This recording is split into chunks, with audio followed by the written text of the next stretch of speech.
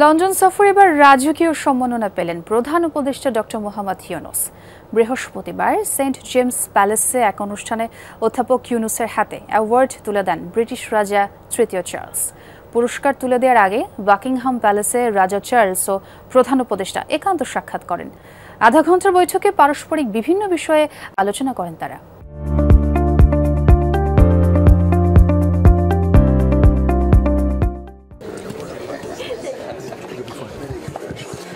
বিশ্বব্যাপী শান্তি, স্থিতিশীলতা, পরিবেশ, প্রকৃতি ও মানুষের মধ্যে সমতা প্রতিষ্ঠায় অবদানের স্বীকৃতি হিসেবে দেয়া হয় কিংস চার্লস তৃতীয় হারমোনি অ্যাওয়ার্ড। এবছর সে সম্মাননা পেলেন প্রধান উপদেষ্টা ডক্টর মোহাম্মদ ইউনূস। ব্রিটিশ রাজা তৃতীয় চার্লস প্রধান উপদেষ্টার হাতে এ সম্মাননা তুলে দেন। অ্যাওয়ার্ডটা একটা রেয়ার অনার ওনার জন্য। বাংলাদেশের কনটেক্সটে এই সময়ে এইটা একটা বড় স্বীকৃতি। কিং চার্লসের সাথে ওনার সম্পর্কটা অনেক পুরনো। কিং চার্লস ওনার কাজের সম্পর্কে পুরোপুরি ওয়াকিবহাল।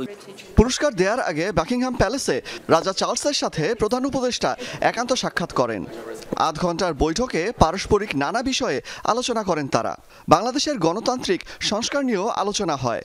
এই পুরো ট্যুরের এটা ছিল সবচেয়ে আমরা বলবো যে সবচেয়ে ইম্পর্টেন্ট ইভেন্ট। সেই মিটিংয়ে বাংলাদেশের যে একটা বড় রকমের একটা যে ট্রানজিশন হচ্ছে সেগুলো নিয়ে কথা হয়েছে। এই ইন্টারিম গভর্নমেন্ট কি রিফর্ম ইনিশিয়েটিভ নিয়েছে সেটা নিয়ে কথা হয়েছে।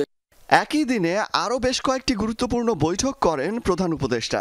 এসব বৈঠকে বাংলাদেশ থেকে পাচার হওয়া অর্থ ফেরাতে সহযোগিতা কামনা করেন তিনি। মিটিংগুলোর বড় একটা ফোকাস হচ্ছে যে অ্যাসেট রিকভারি।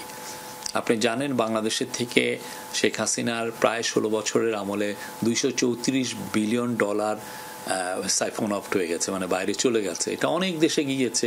তার কিছু অংশ আমরা জানতে পেরেছি যে ইউকেতে এসছে। তো ইউকের যারা এগুলো নিয়ে কাজ করে তারা আমাদের সাথে ভালো রকমের কোঅপারেশন করছেন। আমরাও আমাদের কেসগুলো তাদের কাছে প্রেজেন্ট করছি যে দেখো এই ঘটনাগুলো ঘটেছে।